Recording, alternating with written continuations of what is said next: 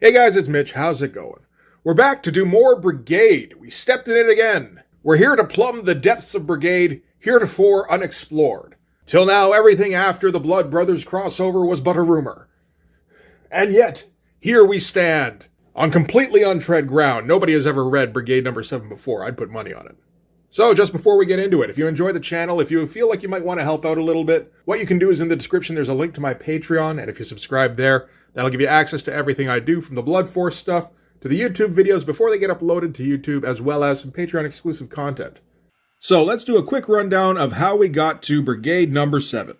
We've been through Newport 1 through 3, so full flavor, smooth, and menthol, and now here we are at the conclusion with menthol 100s.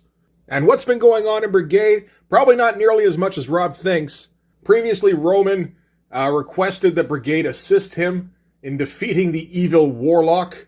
So they all swam down to the undersea city of Newport, and they got in a single fight with Warlock's minions. Seahawk and Cold Snap were captured, which was the only setback they had, but it was a bad enough setback that the Merman Wizard Trident bonded Psyches with Battlestone. So now it's Battlestone only magicalized, as we can see on the cover here. And there's a couple of other subplots that have kind of come up. We'll touch on those as they become relevant, if they do. So let's start with the cover on this. So yeah, we got Invincibility Star Battlestone here, flanked by Lethal and I assume Thermal, only because they both have an equal part in the story, which is negligible. They're both on the same page, and they each get half. In terms of composition, it's not terrible. If we wanted terrible, we'd call Rob. Merritt Michaels has actually proven that he can compose a cover better than Rob can already. The finish is another matter entirely. I mean, we can see here, Thermal, he still has difficulty drawing women's faces. She looks like some kind of weird child elf. And he also has difficulty with drawing hair if he can't bring all of the hair off the edge of the page. If he had to draw it as a shape, it would have looked a lot worse.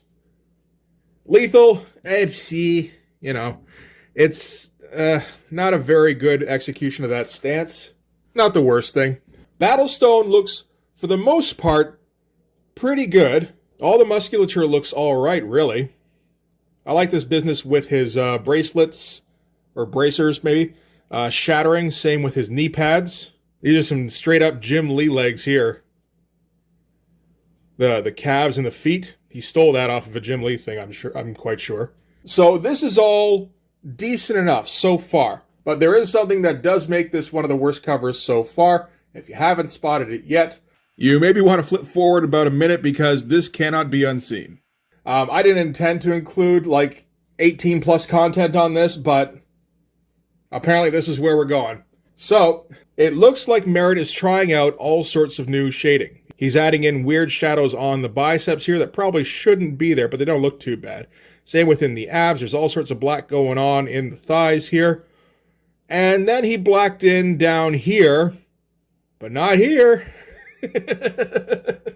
So either his suits got a White Goodman blow-up codpiece, or potentially merging with the other guy, combine the endowments of both guys. That is also a possibility. The third possibility is that this isn't Shadow. This is just some you don't mess with the Zohan style bush. So, we're going to flip that now. Oh, I just realized that I'm going to close this thing up at the end of this too. So we're going to get to stare at that as I finish up here. That'll be fun. So the usual suspects on this. Ripley, if you forgot, Ripley is just another pen name for Rob. Merritt Michaels, Norm Rapmond, Eric Stevenson doing the script, Paul Mounts doing the colors. I didn't notice the colors being weird on this. Has Paul Mounts finally figured out what he wants to do? Perhaps. So we start with a splash. Splash is always a good way to go for an opener. As Trident, I suppose, situates himself in Battlestone's body. Again, take that how you will. And we just get kind of a rundown on what's been happening so far. This is fine for the most part. Yeah, I don't think I have any real problems with this. I actually like all this stuff coming off the waves here. That's not too bad. All right, so now the transfer has succeeded. The strength and vitality of Battlestone's form are now mine. And where once I was merely an aged sorcerer trapped within a weak and decaying body, now I possess power unimagined. I'm not sure exactly what the source of this power is. Like, Battlestone doesn't have an actual power other than he's not as dead as he should be. So Battlestone / Trident, Battledent, blasts a hole in something, and Battlestone, like, swoons and goes, "To my side, warriors of Newport." I think the angle there was is influencing my interpretation of this. And he flies / swims into it. So I guess they got to Warlock's hideout, headquarters, whatever. And everyone's all super stoked about how crazy powerful Battledent is now. And somebody off in the distance here goes, "Had I not seen it myself, I'd have scarcely believed it possible." And so then we're going to zoom in. Probably would have been good if we, it's just a little bit confusing to start with. This is Seahawk and Cold Snap's dad. Went missing a long time ago. Turned out he'd been hanging out in Newport Extra Crunchy or whatever the fuck. And as a 2-page spread, there's like hits and misses on this. This part here is actually pretty good. Can't really complain too much about that. Any part of it, I think. I like all the little magic-y bits here and there. Again, he's trying out weird shadows and stuff. I like that. No real problems. Of course, there is always the thing with Merritt, where if you're going, "Hey, Merritt did okay here," there's a good chance somebody drew that for him. All this stuff, it doesn't really look like much of anything, really. And in the meantime, oh fuck, what's this guy's name? Boone is hanging out by a rock and thinking how he's bored. He's like, "Man, I thought I was joining a super team. Here I am, I'm just sitting by a rock while they do all the things. I should complain to somebody." And then something leaps up behind him and zooms past. And I'm not sure what happened there. This doesn't come up again. I think what they're doing is, because these are Warlock's minions here. They have this horned helmet thing. So I think that's what that is. That's a Warlock minion. I think what they're trying to do is a Warlock minion went to jump Boone and missed and crashed into something. And that was all they could think of to do with Boone in this issue. The problem, of course, with this is that they're underwater. Like, you don't have to sweat the gravity. So the one Boone page in this, for all those Boone fans out there, they managed to fuck up the one page your boy's on. Okay, so from there we're going to cut back to Roman and Namorita. No, Coral. That was it. I caught it before I even finished the name. Back at a place that we haven't seen before, of course. And they're fighting Warlock minions for like a split second. And Roman warns Coral, have a care about Warlock's guards. And Coral says, "You have little reason for concern. These men are no match for one of Newport's elite.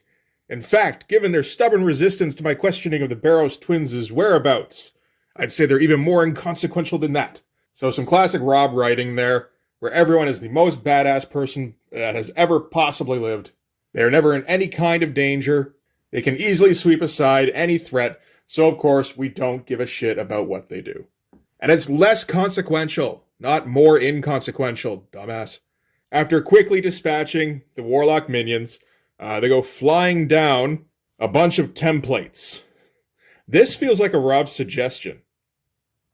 Because this is an early Rob trick when he doesn't know what to do in the background. You could draw an actual background, but that would take time and you might have to think about what you're doing. Can't have that.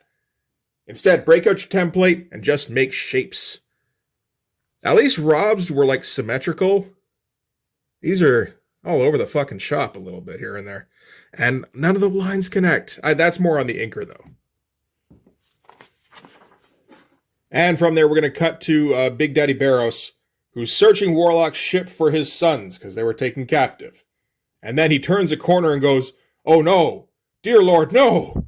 What have you done to them, Warlock?" And I was like, yeah, what have you done? Because it kind of looks like you just chained them up to the wall, and they're not really in any immediate danger. And Papa Barrows says to let his sons go, or so help me. And Warlock replies, this is Warlock, by the way. We haven't seen much of him yet. This isn't exactly the big dramatic reveal. I get he's probably shown up at some point, but who gives a shit? But Barrows can't make any headway against Warlock because Warlock has Barrows' science and has now become power incarnate. We've never gotten any kind of indication of what kind of science this is. We have no idea what Barrows did before this. Like, what is this earth-shaking technology? Or is it just that he has general science? It feels like that's the case. And if it is, just name him General Science. And his kids can be Bobby and Danny Science. And the threat will be that Warlock has been sucking the science out of their veins. So yeah, he shoots him with a thing. Again, Merritt can't draw a hand. Old news. Fine enough page design, I guess. This is, I think, an example of Marvel method where Rob just couldn't think of things to put in here. There's a shocked expression. He must be shocked about something. I guess it is a little tough because that's not a, oh, thank God I found my sons, or like anything equivalent. It is a Dear Lord No kind of expression. They just didn't draw a Dear Lord No follow-up. So the blast is going very slowly to Papa Barrows because he has enough time to get off 2 whole word balloons here. Goes, you're wasting your time, Warlock, even if you succeed in killing me. Slowly creeps towards him. There are the others who will, what? As another beam intercepts that beam. I think that was meant to be cool. And who could have cut off this blast? Probably the guy whose head is right next to the blast. We're meant to go here and go, what? Who could that have been? We already know who that was. So yeah, Battledent is going to use the magic against the science. It's incredible how similar the magic and the science look. That looks more like magic, really. It would have been better if Warlock had set Seahawk and Cold Snap up in like a Rube Goldberg machine. And, he's got them going along conveyor belts. And you get like the hacking and the pounding going on. And it... So the magic and the science are going to face off as Battledent shoots. This is the magic. This is the science. So very different. Magic is pink. And apparently magic won. This truly was a battle of philosophies. Merritt not giving a shit about this entire fucking spread. This is all so weak. He's been doing this for a few pages now. This is another pretty quick fucking page.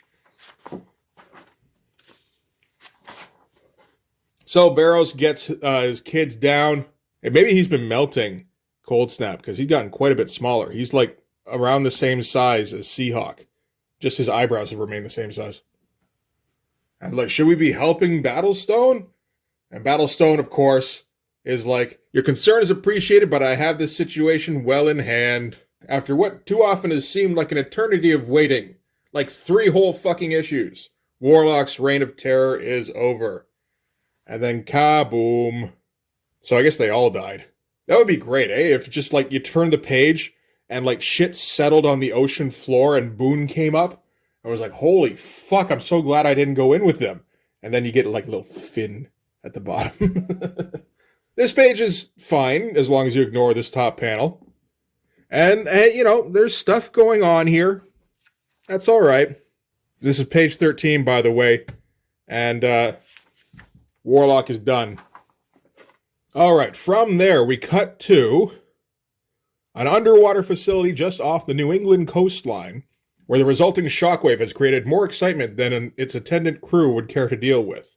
So, undersea facility, and they get the shockwave from the Warlock Place explosion. I think that's like a mid-2000s band. So everyone's freaking out about this explosion, and they've completely lost all grammatical poise. And just like, lucky we're still in one piece. What's the story, Neems? Afraid it ain't looking too good, Captain. We got us a rupture on the starboard side of the hull. I don't know why all of a sudden they're like from the Bronx or whatever. And the explosion has completely thrown off this guy's equilibrium.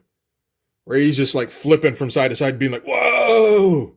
This guy is like getting ready to mount this guy's chair while he's in it. And the captain says, how serious is it? He said, hard to say. Probably we can make do, but we're going to need major repairs. And soon. And the captain says, open a line to the surface. I want another support team down here on the double. And that's it for the underwater thing. I'll keep an eye out, but I don't remember this coming back later in the book, so I guess it wasn't important that they got another team down there. Then we cut to Japan, where shockwaves of an entirely different nature run through the port of Agarashima. Okie dokie. Oh, wait a minute. I think this is a reference.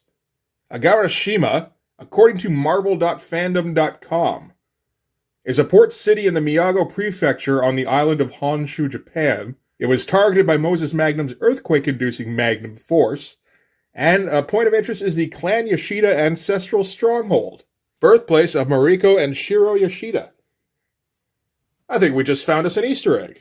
So anyway, Lethal goes searching around through what I guess is the Clan Yoshida manor grounds, and determines that KO was here all right, judging by all the dead ninja.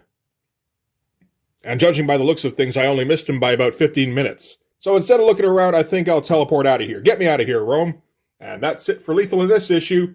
Good job, Lethal. You deserve a third of the cover for that.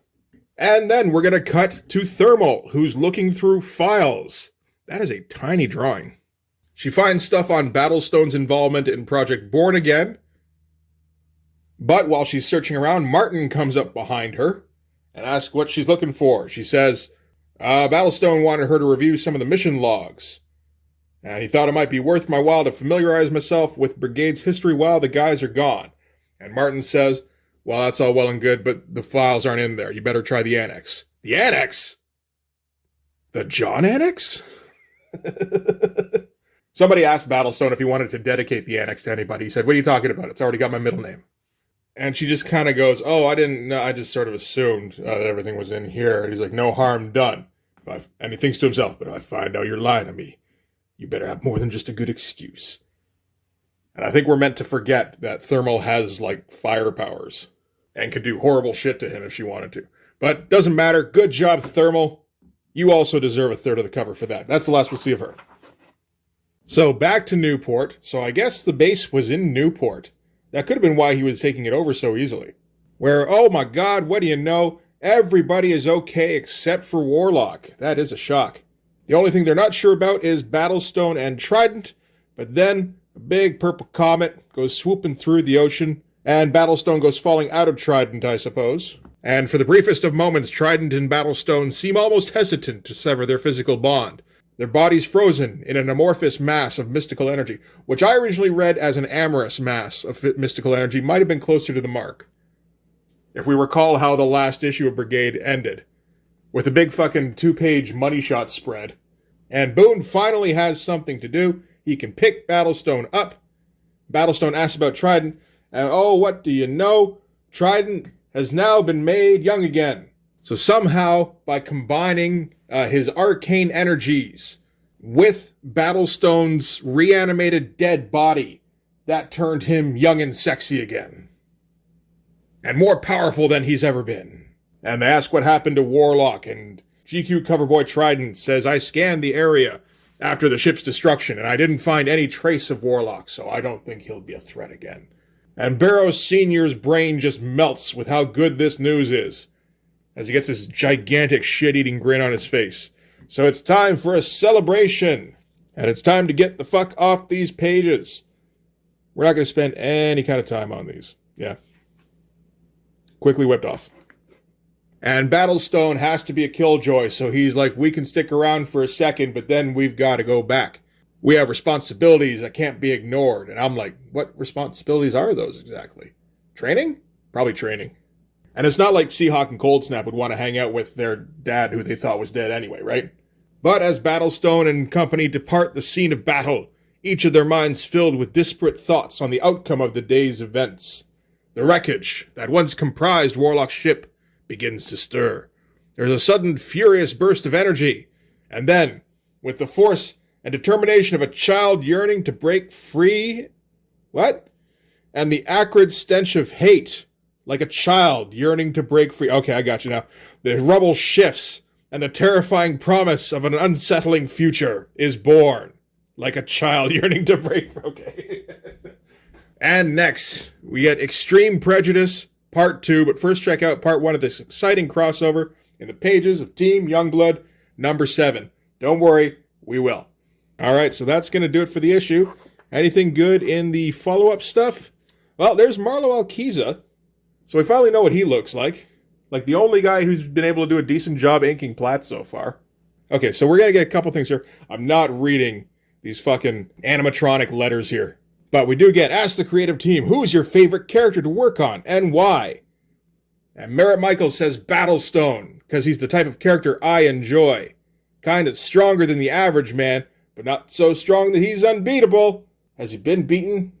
Marlo Alquiza says, Cold Snap, I like drawing big guys and he keeps changing, so I can't wait to see what he finally looks like. I think we did get there, but I think it's actually a decent reason for a dude who just draws. It's like, no, I like drawing monsters. Eric Stevenson says, Bad Rock because he's young and irreverent. I like fun characters. He doesn't quite say, and that's why I enjoy writing assholes yelling at each other.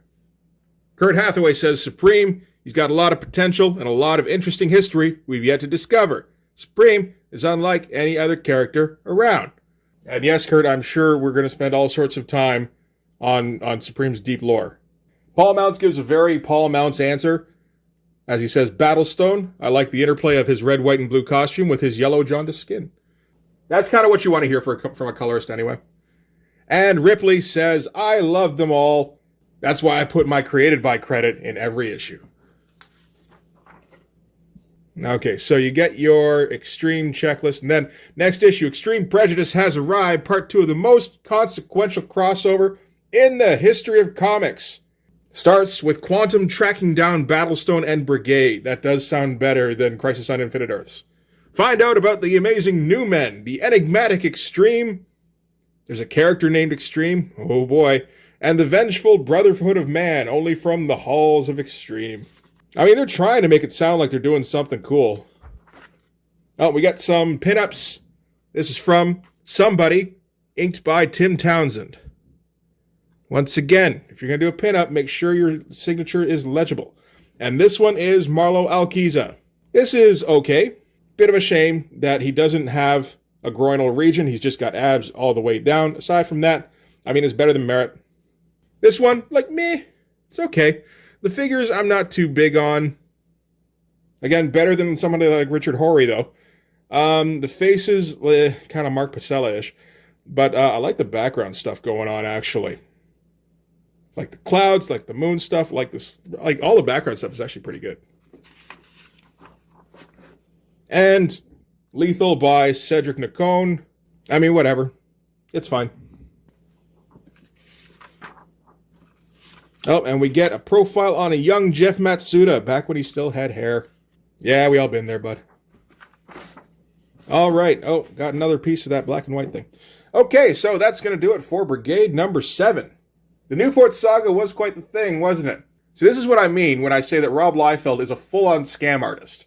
Kind of in the same vein as Stan Lee, where Stan Lee would say, you know, Marvel comics are the greatest comics of all time, that kind of shit. We're in the Marvel age.